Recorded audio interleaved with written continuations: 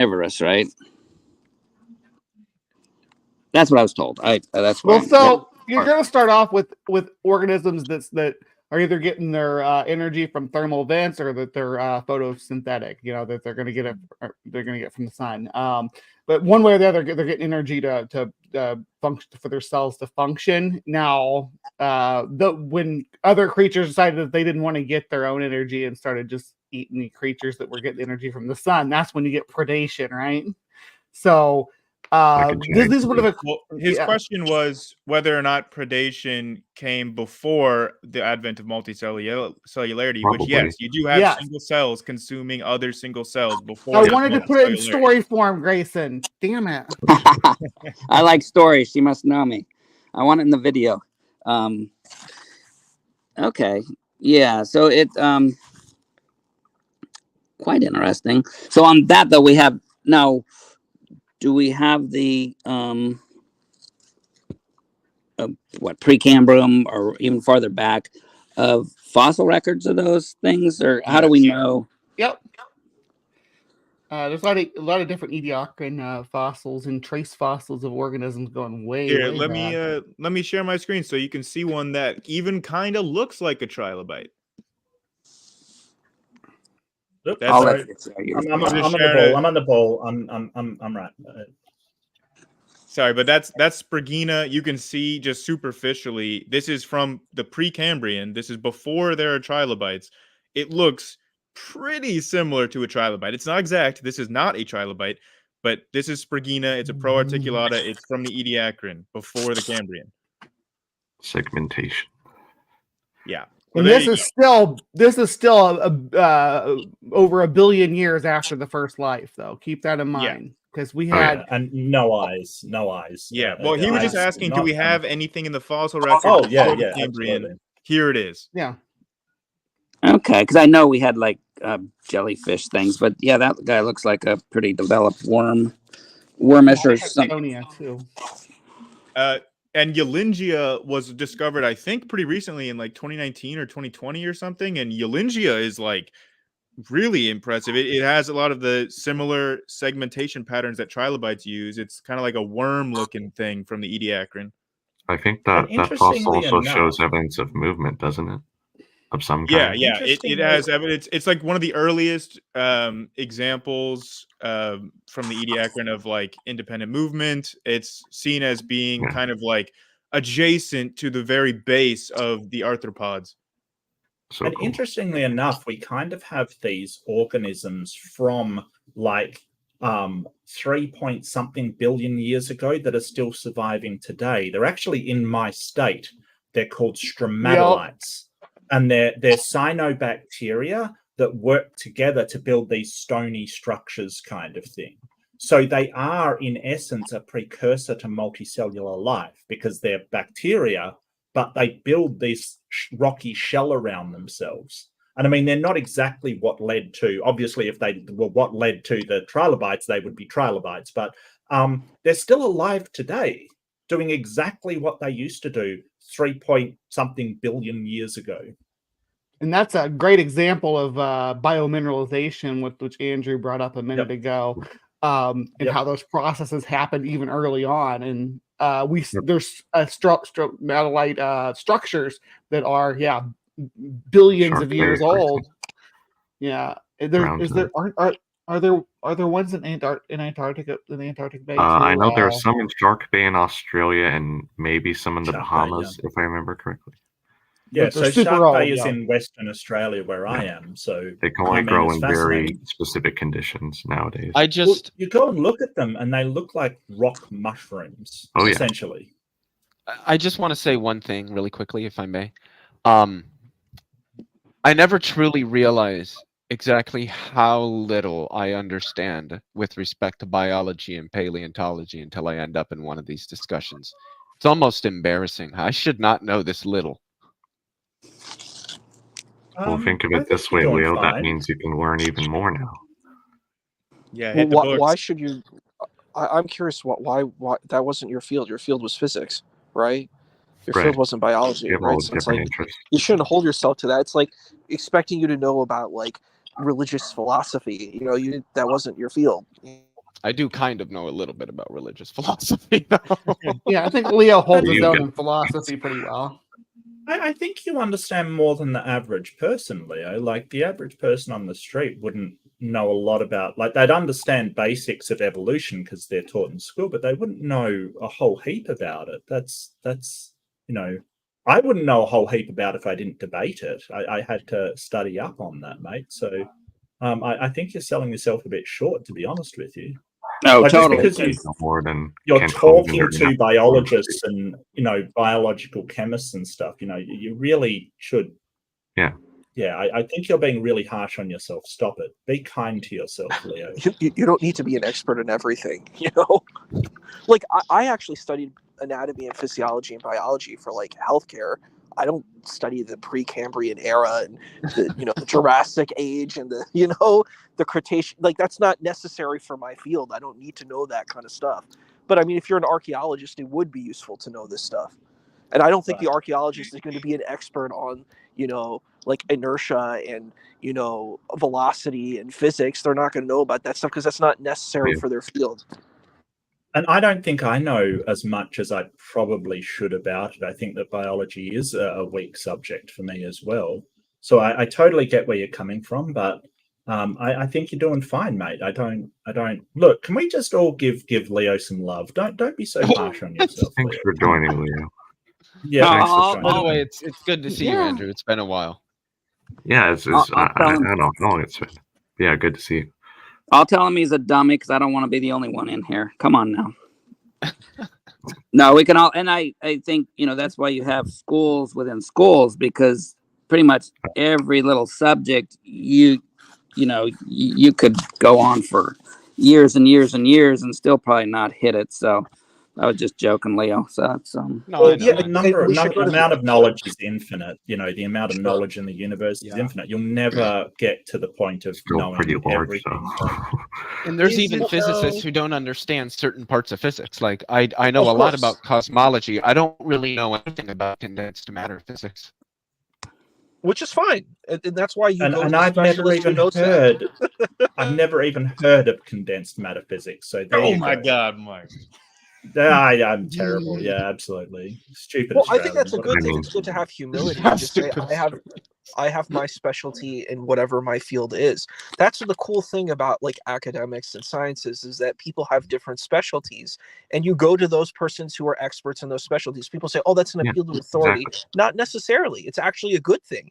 You're saying, "Okay, this person took a lot of work to go and master this field. They understand the field." So you trust their understanding, and then you trust the person who is an expert, wherever your expertise is, they come to you for your expertise. There's nothing wrong with that. I like the analogy. Who are you going to trust to be more likely to be right with your car fix? An actual mechanic or random person off the street?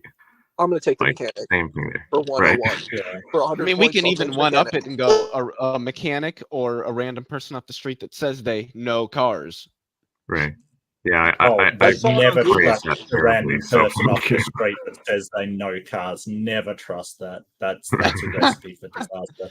Hey, Mark, if I told you that I know engines Yeah. pretty well, would you trust me to change your oil? Changing oil isn't that hard. Yeah, possibly. I mean, that's not that hard to do, I guess. What if you needed the turbocharger on your vehicle changed? No. Mark, sorry I was a little bit late to this stream, but has the format been fine. that we're presenting an argument in favor of evidence for evolution? Look, I would love for someone to present something. Really, that's what I sort of said. I was going to format it like, and nobody sort of did that. But that's okay. I mean, I was happy with the conversation. Well, as well. can But if I? you want to present? Yeah, of course. This is I would one of love my that. favorite papers that I think shows Go for it. pretty irrefutably so this is statistical evidence for common ancestry. So they're directly doing a statistical test between here. Let me see if I can find their figures here. Between here, separate ancestry model, where these trees are like an orchard, but they do not connect, versus the common ancestry model. And they directly test whether or not genetic similarities between different species. I think they just did primates in this study, but whether or not they match better with a common ancestry model or a separate ancestry model, and they did it both at like the family level and I think at the class or phylum level.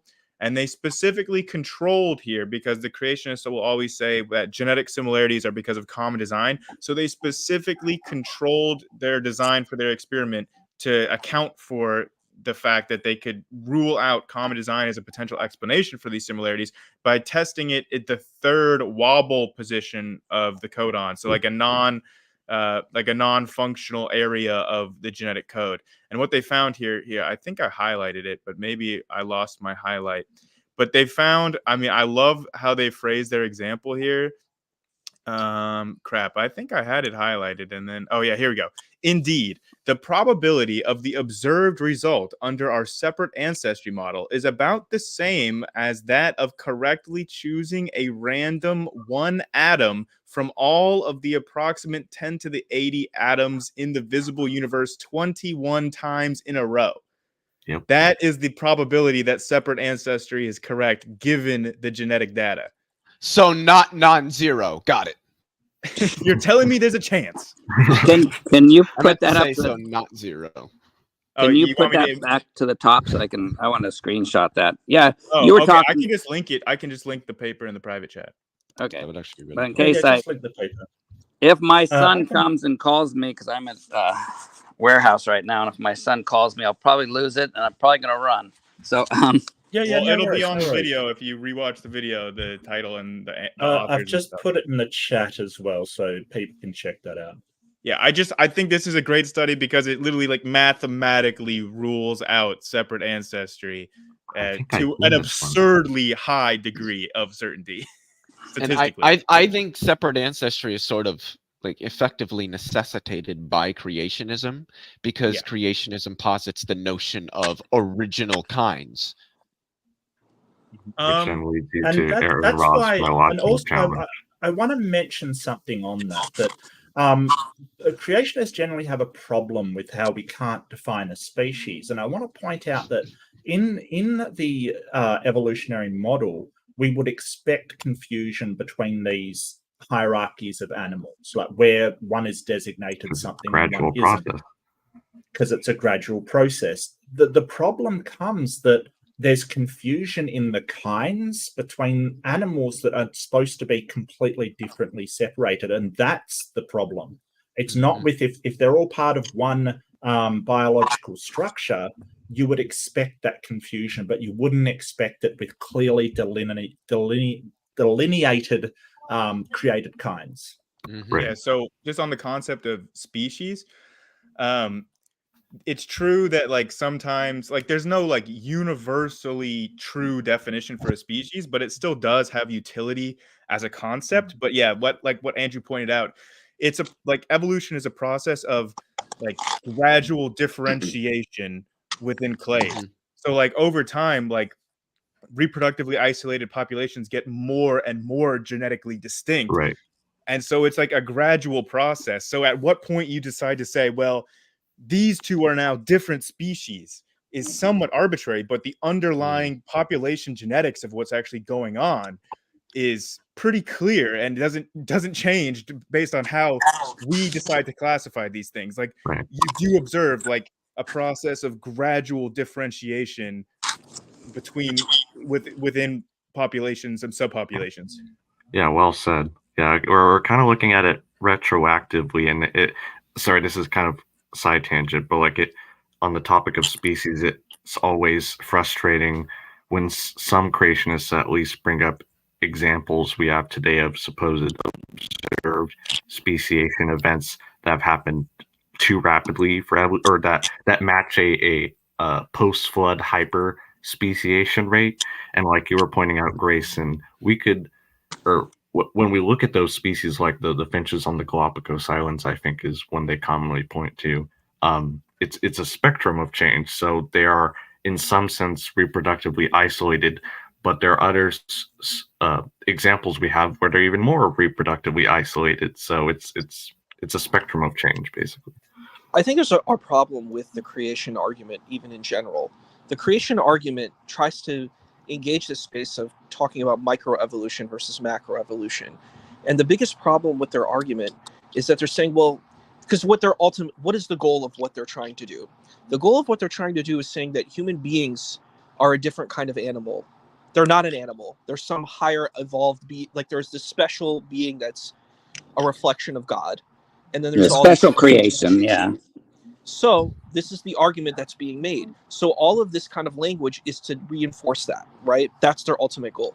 The problem with their argument, I think, is they cannot prove how a human being is some kind of unique, special creature if they're trying to use the scientific models that exist. Well, they just want you to cannot create intuit, right? They want you to be just intuitively say humans are special. But then they tell us all the scientific language. Like we hear Ken Hovind explaining all of these things and trying to explain all of, he uses scientific language. But at the end of the day, he cannot defend the ultimate point, the ultimate thesis that he's trying to make. Humans are special, unique creatures. If they are, why? How is that? Why do humans have all the same biological functions as these animals? We reproduce the same way. We, relieve ourselves in the same way. We do all the same things that these other animals do. So what makes us uniquely different? We're not uniquely different. Well, I think we're special to us because we're human. I think that, of course. I don't know why that wouldn't be sufficient, because we have some unique traits that are we're incredibly intelligent. Like there's no arguing with that. We're incredibly efficient tool users. We also are amazing sweaters. But Mark, those are only unique in terms of severity or magnitude of degree. Sure. Like they're not unique in terms of like other animals demonstrate similar traits just to lesser degrees. And we have a lot more endurance than any other mammal. Real quick, in response dolphins to use sonar, Lisa's like point- yeah. Oh, sorry. I just wanted to highlight the fact that most creationists have no problems admitting that rats and mice are the same kind, and yet the genetic similarities are more different between rats and mice than between humans and chimps. So it's just fundamentally not consistent. Mm-hmm. Well, I guess as the only creationist here, a couple points. One is just like we can both agree that there's things in the beginning we do not know, and so that's where I would put the kinds, if that turns out to be right, whether it's 6,000 or 6 million billion, we really don't know. And then so the other one was what was your last statement? About the genetic similarities between humans and chimps versus rats and mice. Yeah. I got a better one for you. The Iberian eagle has 82 chromosomes. The bald eagle has 66 chromosomes, and they're considered the same kind. Explain that one to me. Yeah. Well, I'll explain it as that they don't know anymore. So if it was created, because we do agree that there is evolution, and so so you would have to have known which ones were created. So when they're just like you can't, so they'll try to do exactly what was done with the dude that did the species and division. They're trying to, well, this one looks like it, this one has that, this one. So yes, thank you. And so creationists are getting into that of, oh, well, this one is so much like it, so then that had to be the same kind. The other one don't love, like Ken Hovind says, well, it's because they would bring forth. Well, if that is true, that changed because there are species, or I'll use his term, is that there's divisions within kinds that don't reproduce. A Chihuahua's not going to reproduce with a larger animal, And then even if there was some evolution going Well, on in So that's reproduction- artificial, though. The traits of a Chihuahua Yeah. would not be sustained in the gene pool if like human intervention wasn't there, right? Chihuahuas would go. There would be no Chihuahuas in 100 years if humans disappeared, right? Exactly. That, and I think that's why we'll agree that 98% of whatever this, I won't throw a number, but so many But we're things have talking gone genetics here, so you could extinct. probably like he points to physical differences why they can't breed. But you if could use artificially- IVF, right? Yeah. IVF, in vitro fertilization, you probably could breed them. So the whole point is that he's going, well, they're not going to breed because it can't reach, kind of thing. And it's like, yeah, but that's not what we're talking about. We're talking about genetics. And you've got two types of eagles that definitely are so dissimilar that there is no way something with 82 and 66 chromosomes can breed. It's never going to happen. So ever. they've also made hybrids between dromedary camels and llamas. And physiologically, yeah, that's another situation where it just would not happen naturally. They can artificially inseminate a camel, though, to produce a hybrid.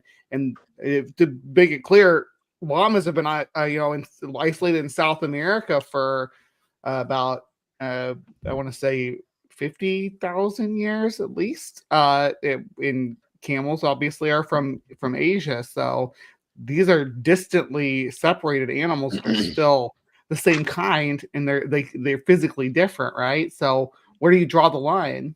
Dan, I just want to make sure that I'm properly understanding your response to Mark's example with the eagles. You were saying that because we can't know for sure what the original created kinds were, that these two eagles could be, you don't know, two different kinds. Is that what you're saying? I would say that with the differences that we see, they probably were two different kinds, but that would be my argument. But you understand how that kind of at least feels a little bit like ad hoc, where you're just saying, well, if the genetic differences are so much like these between these two eagles, then they're probably two kinds. But if you do that consistently across the breadth of diversity of life that we have today, you get too many kinds to fit plausibly on the ark. And you get humans and chimps in the same kind. Yeah, because they're only two chromosomes different. Right, yeah. No, I there's no argument with that, and that's why I don't, and if you guys heard my show, even with the complexity of design, is that my personal contact with the intelligent designer was his unique novel prediction that we are imperfect, and you look at it, and you guys are so good in Bible, and that's a compliment. I really commend you guys for knowing it, not like so many other people, but where Galatians 5, it talks about, if you have the Spirit, you'll have that love, joy, peace, patience, kindness, goodness, the rest of the list. And so that is actually a novel prediction that was given because so many other religions were like, no, you just got to be a good guy. You got to work your way up there. And so how is that a novel prediction? How is that a prediction? Is that you had 2,000 years ago that said if you come to the thing that the acknowledgement that you're imperfect and that you call out on the Creator, you will have that happen. Receive So the do you Spirit. think there's Christians that have called out on the Creator and trusted in their Creator that are unhappy? And so that's the other novel prediction, is that we'll always have the No. original. If you could answer the question, Dan, do you think there's unhappy Christians out there? Oh, I'm unhappy a lot of times. But the other, Well, then and it's how just did not the one. prediction come true? Oh, because I had it, and there's a second novel prediction that will always have, so many religions like, oh, you do this and you're going to be you're going to be good with God, all this stuff. The other novel one is that we'll always have our old man, the born nature, the imperfection inside of us. So yeah, with that, we are going to be unhappy. We're going to be jealous. We're That's going to. not, yeah, Dan. So that's not a novel prediction because people were unhappy and happy like already, right? And also people are happy under other religions as well. And Christianity, it doesn't really give any more happiness than ever any other religion. Like religions in general, people will say, hey, they're happy in this religion. I see you, Isa. I will grab you next, mate. I see you. Sorry, mate. So the point is for a novel prediction is it predicts something that hasn't occurred before or that you don't, we have no knowledge of. And people feeling happy and unhappy are things, A, we've got knowledge of, and both people are unhappy and unhappy under Christianity. So I don't think that's a novel prediction. I must have misspoke. It's the joy, which is predicted to be in you always, and then but we still have emotions. Go ahead. How do you distinguish joy from like the chemical reaction in your brain, like to serotonin? Well, I want to give Issa a chance to speak as well. Okay, Sorry, I'm Brie, sorry. I'll come right back Yeah. to you. No problem. It's just Issa was waiting a while, so I do apologize. I'll come right back to you though. Keep that question in mind, Issa.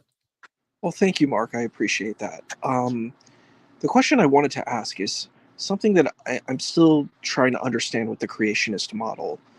It's because it's sort of this hybrid of sort of looking at science as well as spirituality. But there seems to be this contradiction that I don't quite understand. You say, we're made in God's image, but then we're like these really flawed beings that are full of sin, and we need Jesus Christ to save us. These things seem to be very contradictory on the surface. And then when I see in the creation dialectic is this argument of that, we could see how, all of these other animals were created, but humans are more special than all of these other animals. And I'm just still trying to figure this out, because this seems like the spiritual narrative does not seem to coexist or work efficiently and effectively with the scientific narrative. So I would like you kind of explain that to me. Okay, let me try and jump in if I'm going on a rabbit trail that's not answering. So the so Christianity and a lot of other religion aspects, of the spiritual, and so directly in spiritual nature, and that in Christianity for sure it's the we are made in God's image as a spirit, that we have that inside us. So is that a good start? Whether you agree or not, or whether it's true or not, but is that So like a kind of soul kind of thing? Go like on. Soul? well, in their soul, spirit, yeah, something super. I don't want to do it, but yeah, that's probably a good enough explanation. Yeah, we have that spiritual nature, whether soul or whatever. So is that good so far? Yeah, Answering your question, whether it's true or not, whether it's but I just so many times I don't understand, and so I'm not answering properly. So if that's good, then kind of push me on for, because you had a couple things in there. Yeah, I basically, and I understand you could say like maybe we have an essence or a soul. I guess my real crux of what I don't understand with like what Ken Hovind's position and Ken Ham, I'm trying to understand what they're doing in their work. Is they're saying, well, we're proving that the Bible is real. We're using this kind of scientific method that they're using, and I'm not really understanding what is really the answer or the pragmatic element that they're actually getting, because I don't believe that they have proven scientifically speaking that humans are superior. In fact, if we use Christian theology, we see that humans are these very flawed beings that are all completely sinful and need, the salvation of Christ to have our true humanity. So what exactly does this creationist model even give us with a Christian model? This is the thing I'm not understanding. I understand that you said we had a soul, but like I'm trying to go deep. I'm like, how do we get this? How do we get from point A to point Z? Now, to clarify, are you saying how did we get the spirit nature? Well, Or- I'm saying, how do we get to this point of saying, of even using this model? What is the benefit of the creationist model, even for a Christian? That's my question. Like, to make it very simple, what is the benefit that we actually get from it? Oh, so I would say that it's as so many things. It's just that trying, and we're all trying to find, and I think that's a general statement. I would think a lot of people are trying to find reality, and so to me, the thing of where I would put us not special, but I would put us like kind of above. If again you're trying to design from the most intelligent animal to the human, especially in our the line of ape, and just granting that we're just an ape, there's kind of a jump. And so on that, I would say that the reality that how do I explain that I can understand and do science where an ape couldn't, or other apes, and I'm just granting that just for argument, that they're not even close to it. They're throwing poop at us. And not that some humans go to a prison. I've heard that's a pretty poopy place, but to explain the reality of how we are more, and whatever word you want to say, whether it's complex or more intelligent, more advanced, whatever. I'm not good at the vocabulary. Is how do we get there, and why are we here? Why can we do science and no other creature can? And so that is one big part of it for me. And then, like I said, the other one, when I thought I was a great guy. Everybody told me I was a great guy. Even now, I'll be like, "Oh, you're so nice." It's like I like being nice. Probably my personality. You might say it's somebody would say, "Oh, that's just the chemical in your brain. You got more of a advanced, rather, or not advanced, just not the tribal, more aggressive type of chemicals in my brain." But I would explain it as that the same thing that we have a something inside of us different. To me, sounds like, yeah, that sounds like the same thing in the Bible, and would say. The other one was, yeah, so I'm this good guy, and then I started seeing the Bible, and I was like, whoa, it says that I'm imperfect. I'm not a good guy. And so I was rejecting that. It's like, no, I'm a good guy. And then when more and more I looked into it, it's like, oh, it's not really saying you're a good person or a bad person. It's actually perfect or imperfect. And so through that, I was like, whoa, yeah, that whole thing of I'm far from perfect. And anyway, I think that's going off. Can I clarify any more of that question, or is that getting close? Kind of there. Well, I I think I would like to have Bree sort of ask her question. We're getting really off topic. We're sort of we wandered away from science and evolution and into theology, I think. But that's okay. I mean, I'm okay with it for a little bit, but I really would like to focus on the topic if that's okay with everybody. And if you ever want to do a show on that, I'm happy to be the spokesman for you, because I'm well, I do interviews if you would like. I can sort of do an interview and we can have a discussion on what your theological beliefs are and why, what I think. I think it might come down to just there's no evidence for what you're claiming, but we can talk about that if you want. That's not a problem. Yeah, I would like Bree. Bree's been so patient, and I thank you so much for waiting, Bree. I hope you remember your question. Yeah, well, I mean, after what Dan just said, I just kind of added on to what I was going to say, because you'd mentioned joy, and is there something that you think is experiential that is not evident, like physiologically? I guess was that the claim there? Because we have the certain chemicals and stuff in our brain that we're really starting to understand that certain like dopamine and serotonin's the ones that always come to mind, but that help us to have different emotional responses, right? Like the feeling of joy that you have at a church, for instance, at a church event, might be supernatural, but it might be very natural responses to the brain from being in the situation that you're in, right? I totally agree, and we can see that from people who do that and experience that and confess that and spread that, and then we find out they're messing with the kids in the congregation, and they got their own private jets and all this stuff. So I would say so my background, I was the happy kid. I was the baby they said that was always smiling, trying to make people happy, and just a happy little kid. And so that's where of course I had all the emotions, but where the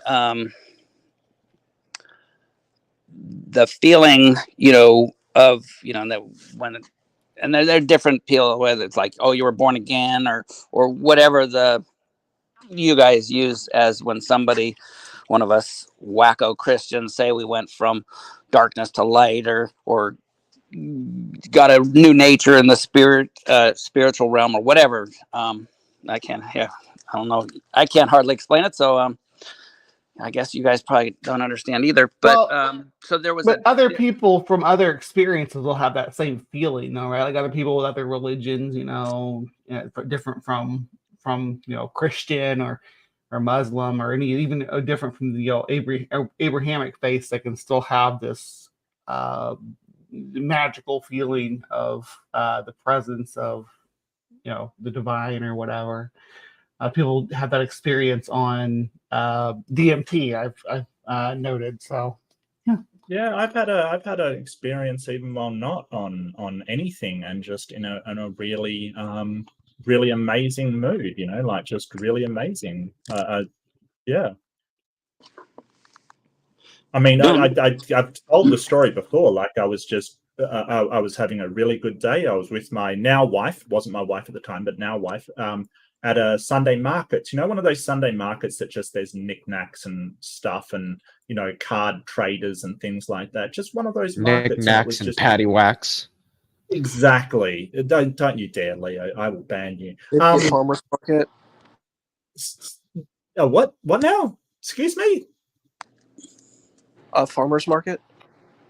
Yeah, kind of, but just with assorted shops as well, like people that make bazaar. their own clothes. I was literally kind of just bizarre, about to right? use that word. You son of a bitch. Yeah, we just call them Sunday markets because they're usually just open on a Sunday, and you just go there and wander around and have some sort of falafel that someone's made, and it's just amazing. And you should try to get him to call it a bazaar, though, just for future reference. That's a good idea. The way Mark was just like, "Excuse me, did you just call it a farmer's market? How dare you?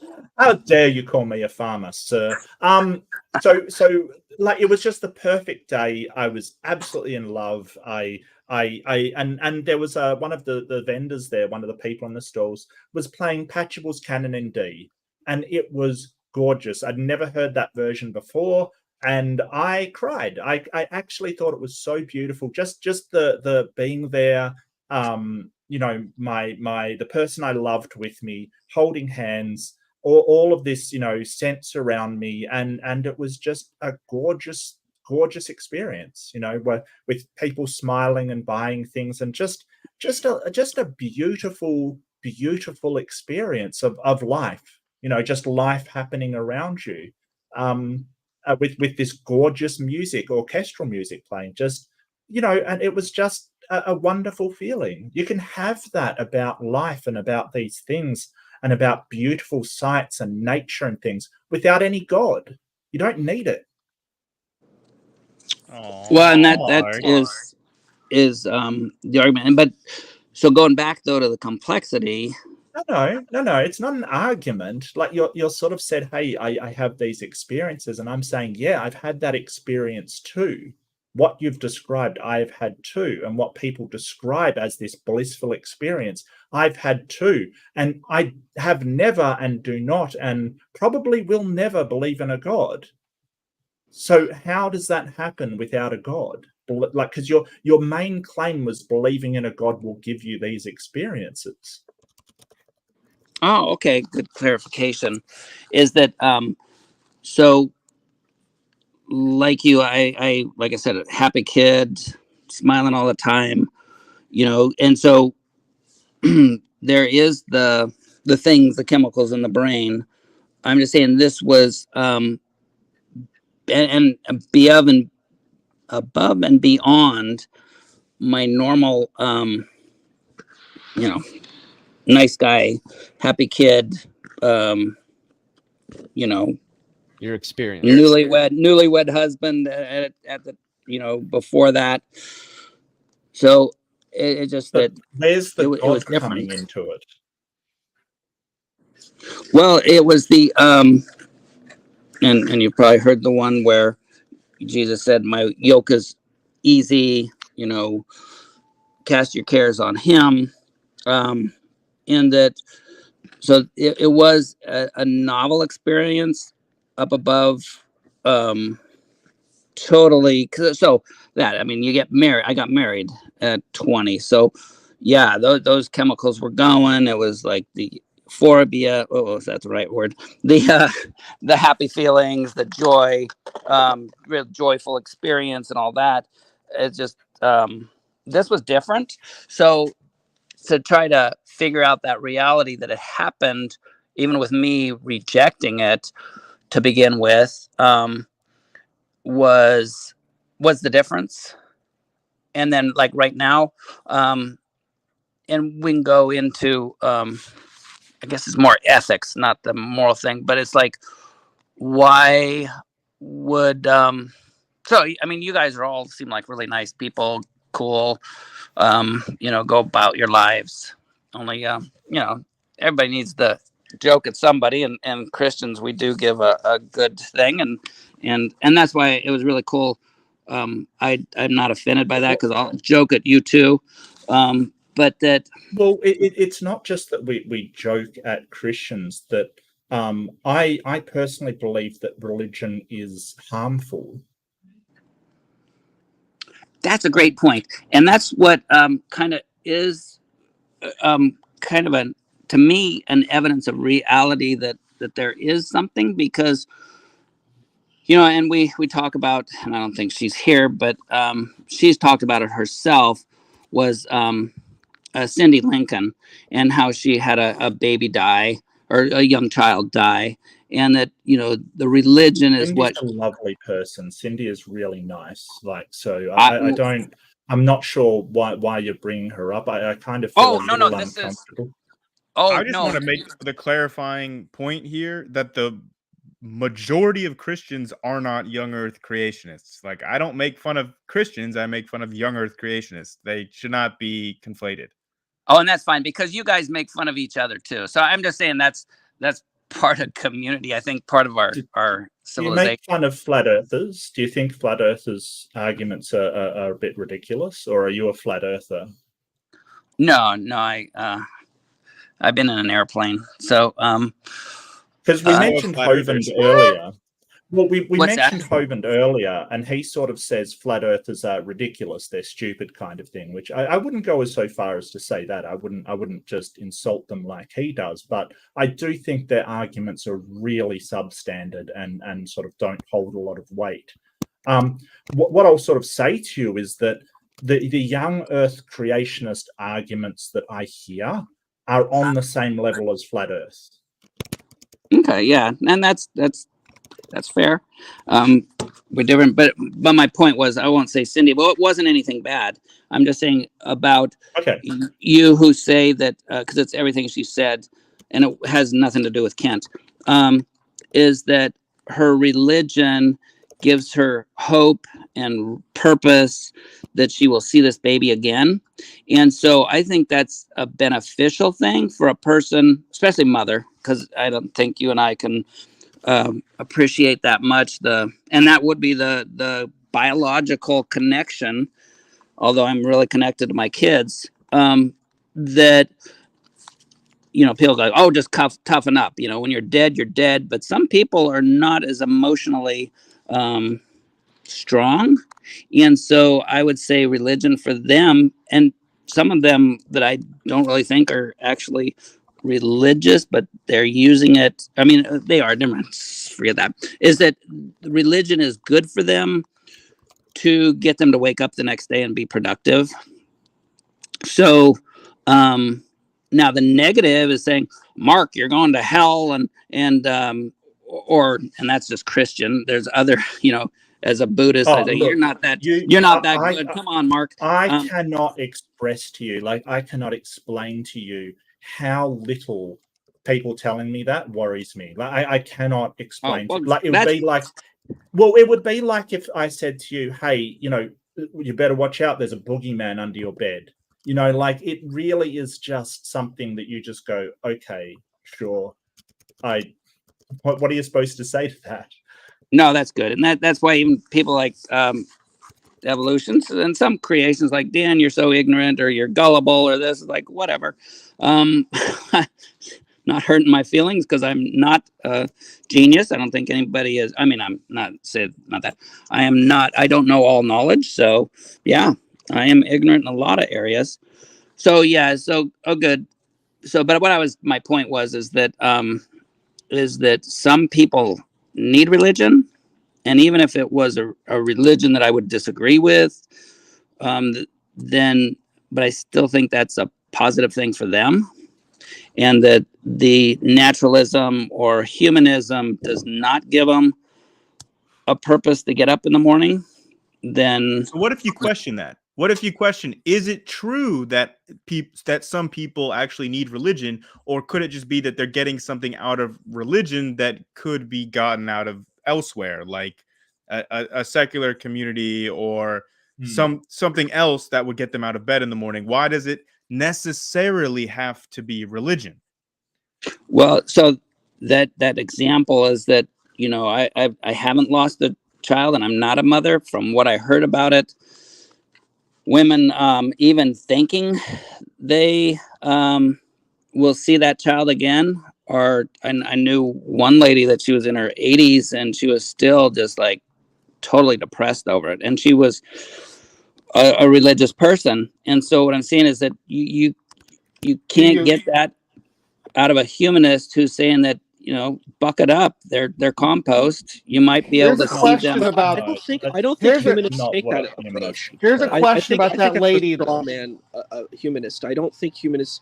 I think humanists are not very different than Christians. They just use a different methodology to get to very similar points. I think it would be very bizarre to say that the secular humanist thinks that everybody's going to be compost. I mean, I think that's probably a very nihilistic point of view, and I would say there are people of faith who have the same kind of point of view. So I think we have to be fair. We don't want to straw man that position. Oh, good. No, that's totally cool. I gotta ask about talking about bereavement here. Like a humanist would just be like, "Suck it up." But I've heard that. No, Dan, stop. That's exactly what you said. Okay, so let's not sort of pretend that isn't what you said. So the whole thing about bereavement is you're using empathy and you're coming together with somebody and sharing in that feeling. We've all lost throughout our lives. We can all understand that level of loss. And a humanist would be just as consoling and empathetic and caring for that person as any Christian, and sometimes more than some Christians who just go, well, they're in heaven now, which can seem a little bit flippant to some people.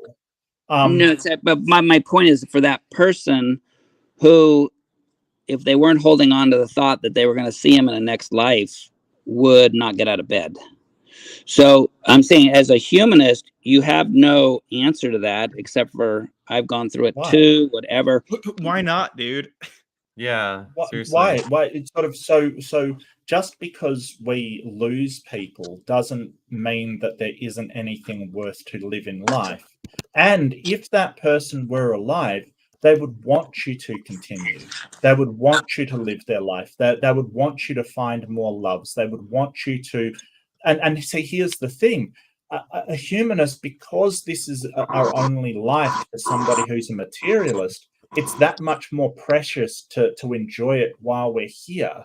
It can actually be really beneficial to say, hey, they're gone, and that absolutely sucks. We're here right now, and it's important to carry on because A, that's what they would have wanted, and B, it just shows how short life can be. Do you mind if I share a quick story about this? It's just like a very short.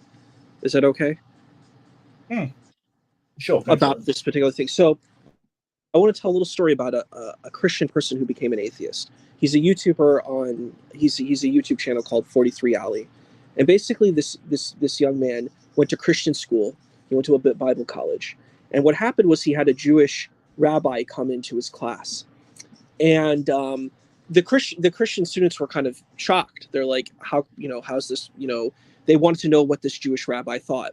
So first they asked about Jesus. So the rabbi basically addressed it by saying, well, in his particular perspective, Jesus was a teacher. It was a kind of an interesting way to circumvent the question. But he said he's a teacher, and he's like, but do you believe he's God? And he's like, well, I think he's a teacher. He's a wise teacher. So then they asked him, well, what do you think about afterlife? If you don't see Jesus as your the Son of God, well, what's your afterlife like? And then he told the story. He said that we live on as memories in the people that we love. So when someone passes away, we live on as a memory. And it's not necessarily like a soul or anything like that. Like this is how, I think 40, the YouTuber took it. But he said, we live as memories. And what happened is this really affected this person who went to, this 43 Alley, and he became an atheist after this experience. He's like, wow, there's a different way that you can even deal with this. So there may be a lot of atheists who just say, you know what, I don't believe in souls. I don't believe in any of this stuff, but I believe in memories. I believe in good qualities. I believe in these things. So this person that I love lives with me as a memory. That could work. That's a mechanism that works. Sure. And That I mean, for reminds things me of like parents, you're the sort of continuation of parents. Sorry, Bree, go ahead. I say it's like a quick quote. It says it means to say you die twice. One time when you stop breathing, and the second time a bit later when someone says your name for the last time. Living on in the memory of the people you leave behind. That's a little bitter, huh? A little bit. Nitty, welcome. You jumped in. Were you doing a stream after this? Did you need me to No. transfer? Oh, okay. No, I wanted to talk to Dan. Here I am. Okay. And Yeah. who's that? I'm Nitty. Nitty. You'll get familiar with me if you hang around long enough. Okay. Nitty's that guy. Yeah, Dan, one thing I'm appreciating is that you're being very generally positive, and you're trying to listen, and you're sharing yourself nicely, and that's really cool. You're not, causing a fuss about what you believe in, how people believe different than you. So that's really cool, because sometimes creationists come on Mark's channel and it's dumpster fire. So I like you. So I was listening to you recount your let's see, were you a Christian when you got married? I wasn't clear on that. No. No, you weren't. Okay. And so you got married. It was a great experience, which, hey, I'm glad you had a great experience. My marriage was awesome too. So you had this great experience. You had a lot of euphoria going on in your life. Were there any other things that you were particularly excited about that were going on at that time too?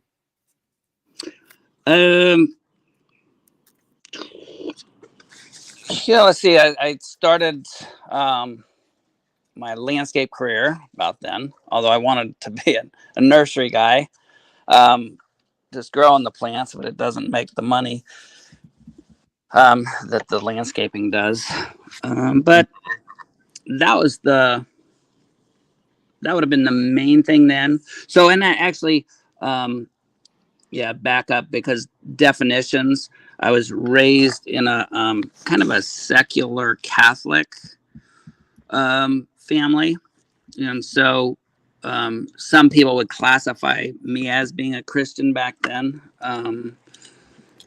But, being in a more of a secular Catholic family, going to a secular school system in California, I would define myself as not being Christian, but somebody might argue. But anyway, that's only that. Okay, so how did you encounter Christianity around that time in your life? Well, actually, my wife's family went to a different church, and so I went to a Lutheran church, and so I just wanted to hang out with my girlfriend before marriage, so I'd go to church with them, and then so they would talk more on the the depravity of men. Oh, did we lose him a little bit? They talked about the depravity of man. Okay. Especially you, Nitty. Oh man, I'm Yeah, just depravity of I'm Nitty. very depraved. Did I You kind of Yeah, you dropped cut out there, for a I think. second. So Okay, yeah, my son was calling. My 11-year-old. So I'll go quick on this, and then so if I top out again, I'll just keep hanging up on him. He's used to that. okay. All right. So I think you were talking, or was it? Did you answer? No, I asked how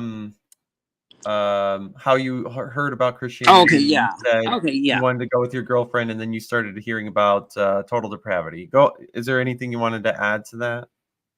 No, and that's where I was like, I didn't buy into that because I was a nice guy. I was, always helpful, tried to help people out, smiley, and so yeah. Yeah, you said earlier you were the happy kid, which I'm also grateful that was your experience, not mine. But hey, Yeah, well, okay. that was being fourth child. Just really quick is, I learned quick that it could kind of block the arrows of, say, like my brother, who was 3 years older, that loved me as a punching bag.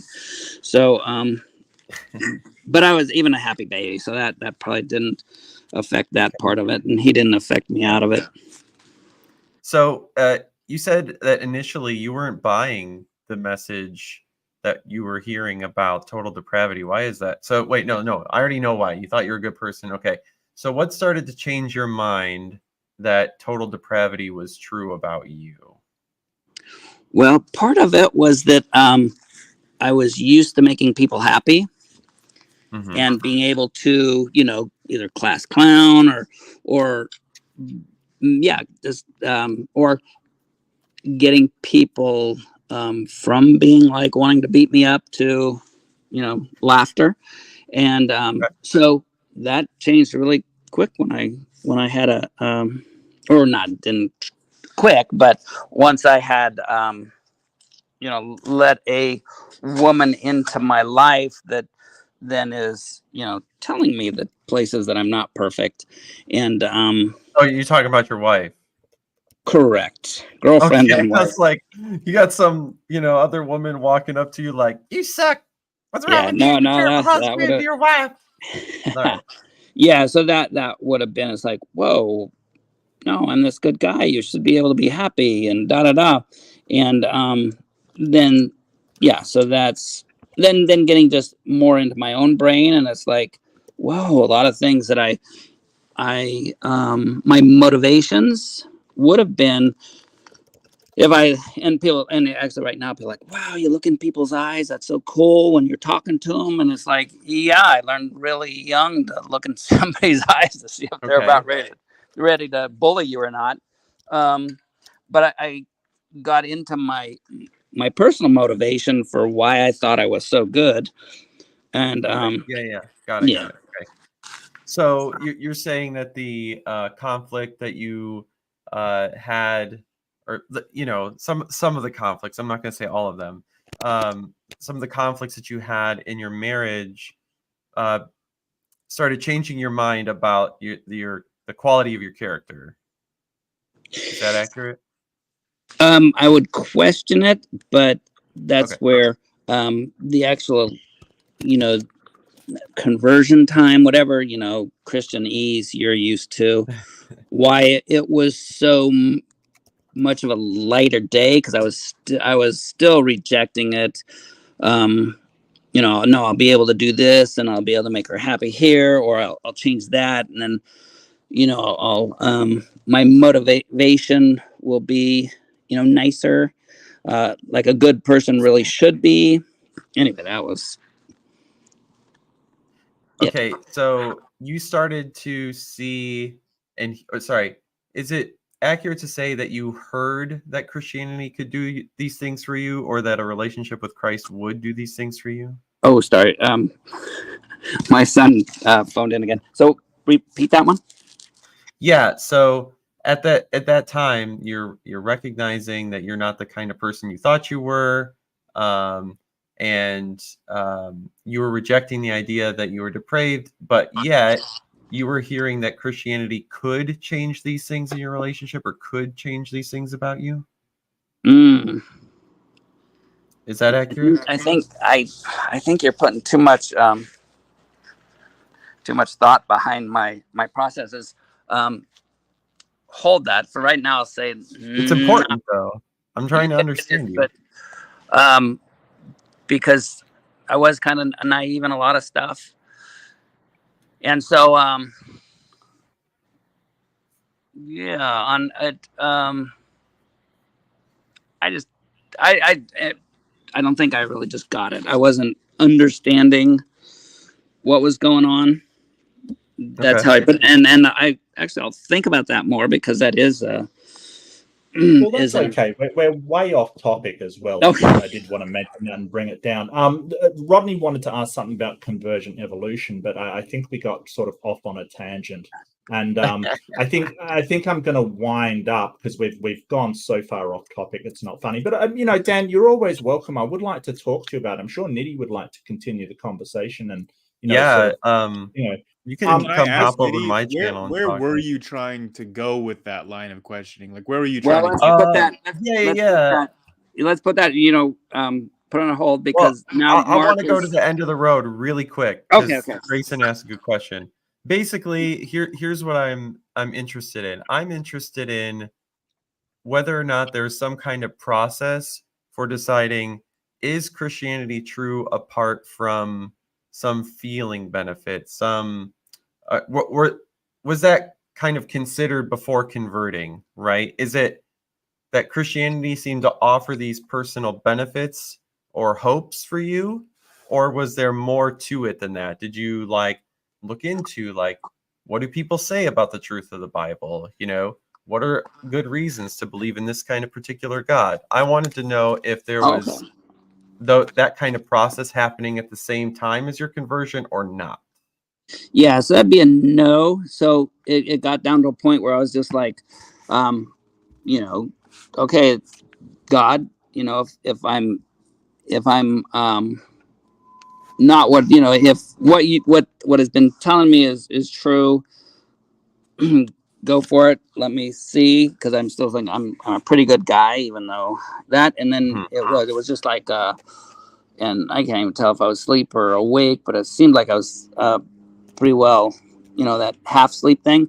And it kind of a door opened up, and if anybody's been stirring up a septic tank that was failing, that's kind of what it looked like without the smell.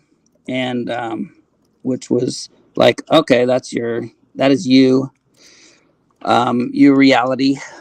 And so after that is when the feelings came. I didn't change anything, like, oh, now I'm gonna get this, that. Then I got studying, more of the Bible, and then I got like, wait a minute, how do I know this?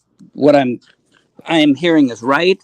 So I actually go talk to Jehovah's Witnesses, Mormons, and at least Christianity wise, figured that out. But yes, I know Mark wants to stop, and we can continue this.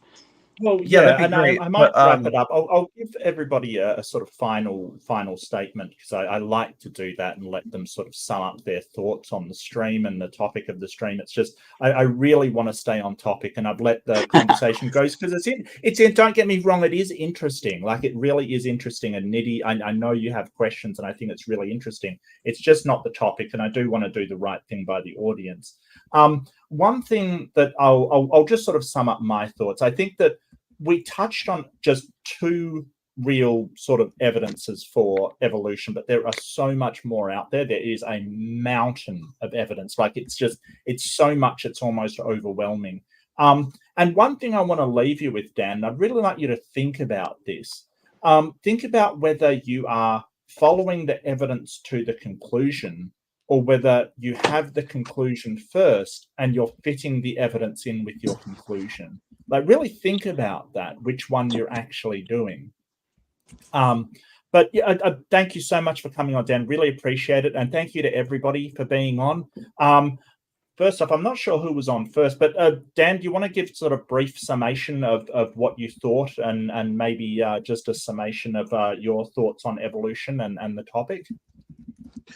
No, and I hope you got. I didn't know the topic, and then the only reason I came on is you said that Proverbs guys are not going to come on, and so mainly I just thank you so much, because I'm, as you can tell, an information hog, and so I love it, and I am one of those ones that I really don't like it when I tell you, and even you called me out a couple times of like, you think this, and you're going, no, I don't. And so I really want to know what you think.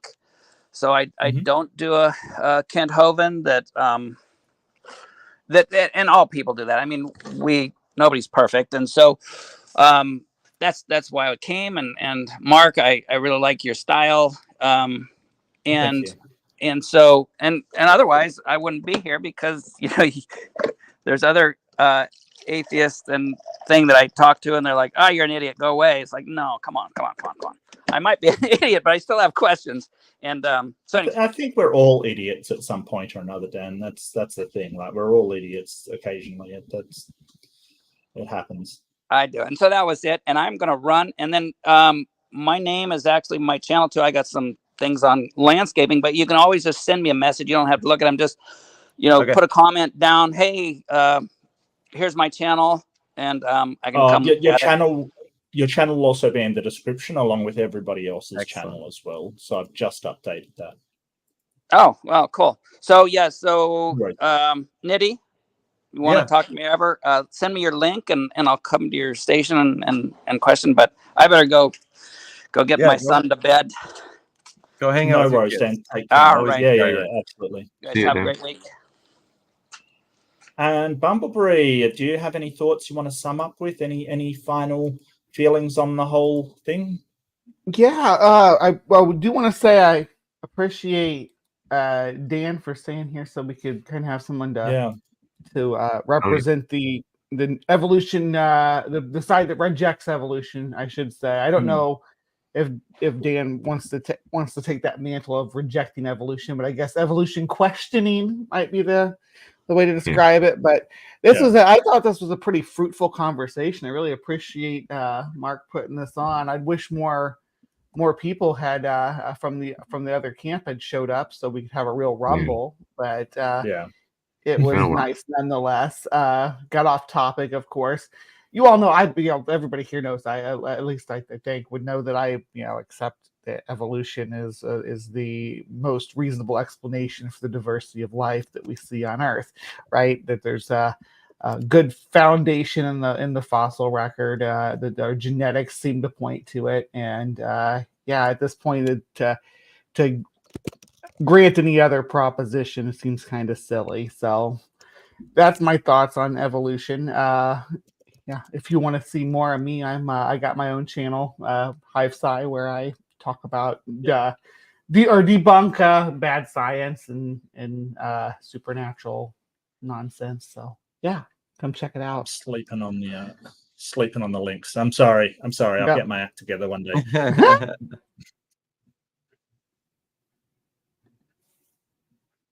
Okay, And, fantastic.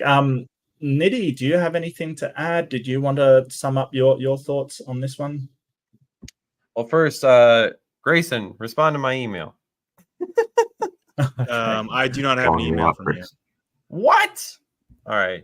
Check the spam folder. Check spam folder Yeah, first check before we spam. start throwing. Anyway, Okay, well, there is accusations something around. very confusing where I used to have an email that was criticalbasedinquiries@gmail.com, and then I Oh, that's lost that probably it. email and had to change it to criticalbasedinquiry singular@gmail.com. Let me see who So I sent this to. all the time people are emailing me and I'm like, sorry, you're emailing the wrong email address. But I am also just bad at emails, so I could have just not seen it.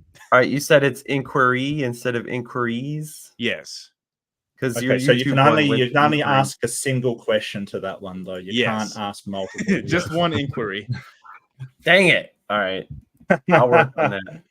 But no, I thought you guys were doing a good job with Dan, and the back and forth was cool about addressing, how does evolution play a role in what we do as a social species and how we respond to problems like mental health problems or like even relational stuff, but and not making fun of him for his kinds of takes. It was good all around. This was good. I really appreciate it, and I really appreciate you guys let me try to take the long way around with the questions. Okay, fantastic. Who is next? It is Isa. Have you got anything to add? Did I miss Andrew? Am I terrible? That's okay. We'll do Isa and come back to Andrew.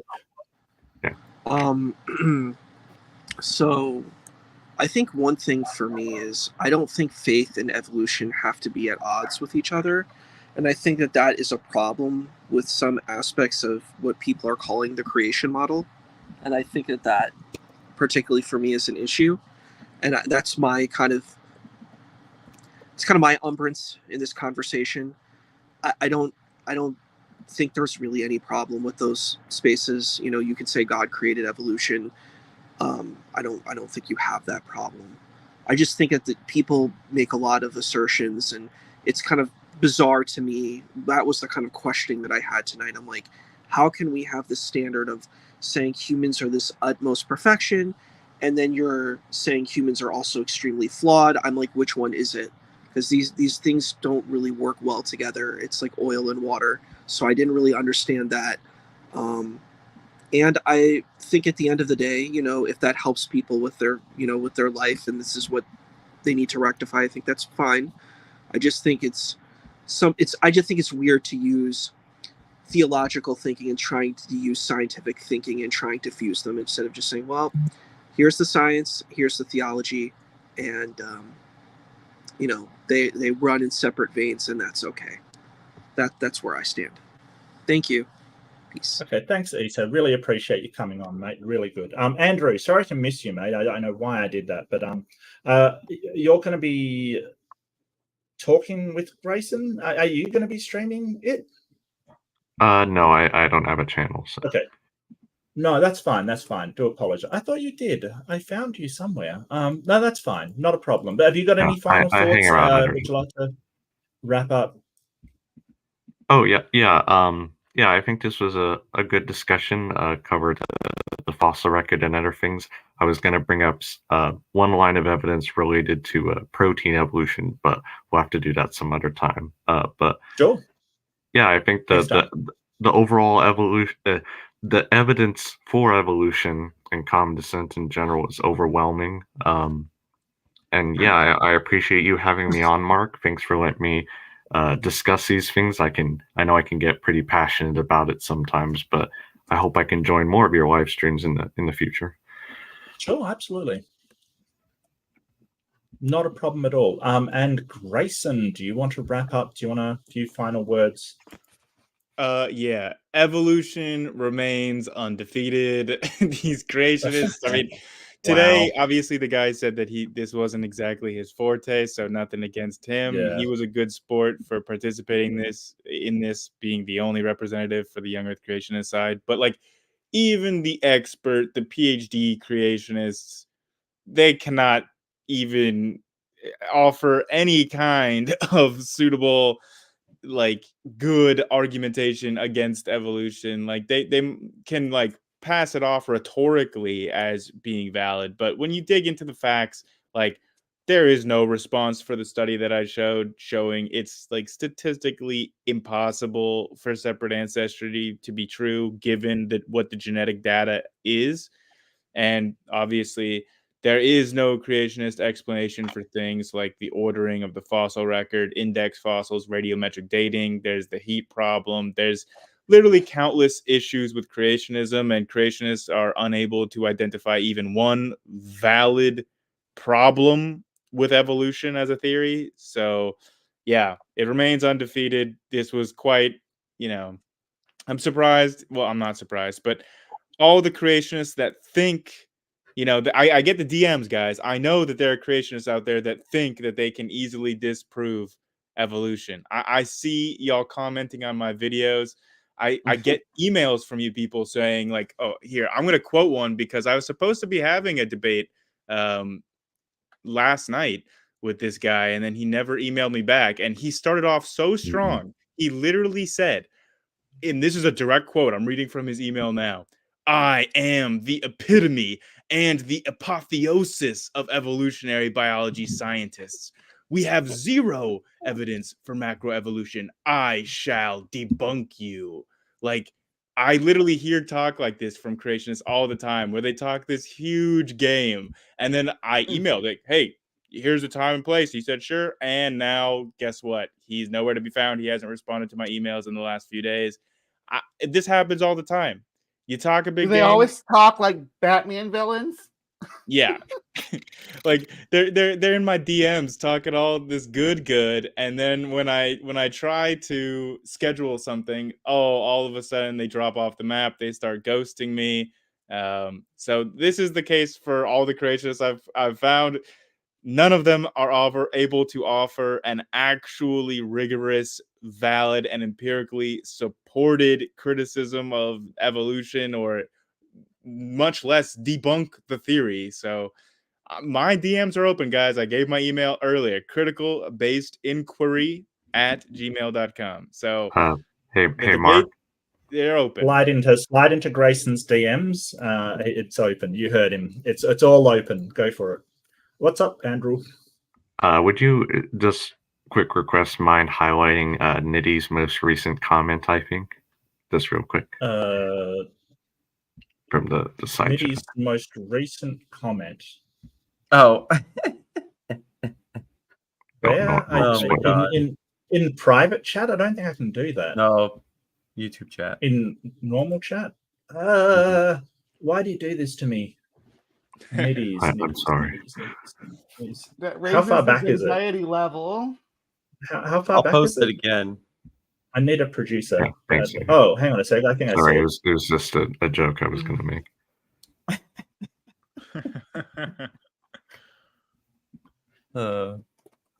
Ridiculous. Yeah, so yeah, Jim Bob, like that debate, sort of impromptu debate you did with him, Grayson, that was amazing work. Like that was absolutely For real. it was absolute slaughter. Like the fact that he took it down afterwards is just hilarious to me. That's just and it's stuff like that that definitely makes me suspect that some people aren't being good faith when they have a debate, give their arguments, give their presentation, and then they take it down. Like it's sort of like, well, you haven't done a good job. Your what do you call it when you pick and choose to make your curating Cherry picking. your content to make you look good, basically. So yeah, Cherry picking. Yeah. Yeah, well, it's more it's curating. Yeah. It's why I always play the room rumbles I do in their entirety. So if I go into a room and get slaughtered, I'm gonna show it. I think Mark. it's only fair. Yeah, I just I don't like the idea of editing it because that's just making yourself look good. But Yeah. yeah, I'll I just don't know. say there's only so many insults and amounts of bad faith that I can stomach, which Yeah. I feel like is too much even then, to be honest. Yeah, and I want to thank everyone for joining me. I want to thank all of the panelists who are Leophilius Bree from Hive Science, Atheist Junior, Rodney from Tell Me More, Issa Kabir, Grayson from Based Theory, Andrew Cumming, Niddy, and Dan Pozzi. Thank you so much for joining me. It's been an absolute blast. We'll have another evolution one. We couldn't even cover 1% of it in this amount of time. It just wasn't The possible. sequel. But the sequel will be coming. Next time I will call it The Evolution of Bigfoot Jesus, just to make people annoyed. But thank you so much for joining me. Don't forget, be kind to yourself. I don't believe that anybody is entire darkness and stuff. It just doesn't exist. It's just not a thing. We do good things, we do bad things, but when you do something bad, acknowledge it, but be kind to yourself and acknowledge that you just made a mistake. It doesn't make you a bad person. And be kind to others, because other people will make mistakes as well. But thank you so much, everybody. And I hope you have. I feel like I'm missing something. I really do. I always miss one thing. Did I do the redirect? I didn't save the redirect. I'm going to send you to MC Toon, who's doing a flat Earth review and picking apart Witsit. So get ready for that. Get ready for that. Okay, fantastic. Thank you, everybody, and I'll see you. Oh yeah, tomorrow. Tomorrow I'm actually moderating a debate on my channel. So Kentucky Atheist contacted me and said, "Can you moderate a debate between me and Carl Adams?"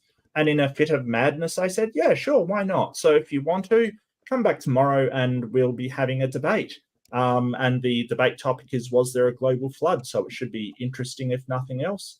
And on Friday, I've got Fundamentalist Fails again. I'll have something new for you. So always something happening over here and some fantastic people. But thank you very much, and I will see you in the next one.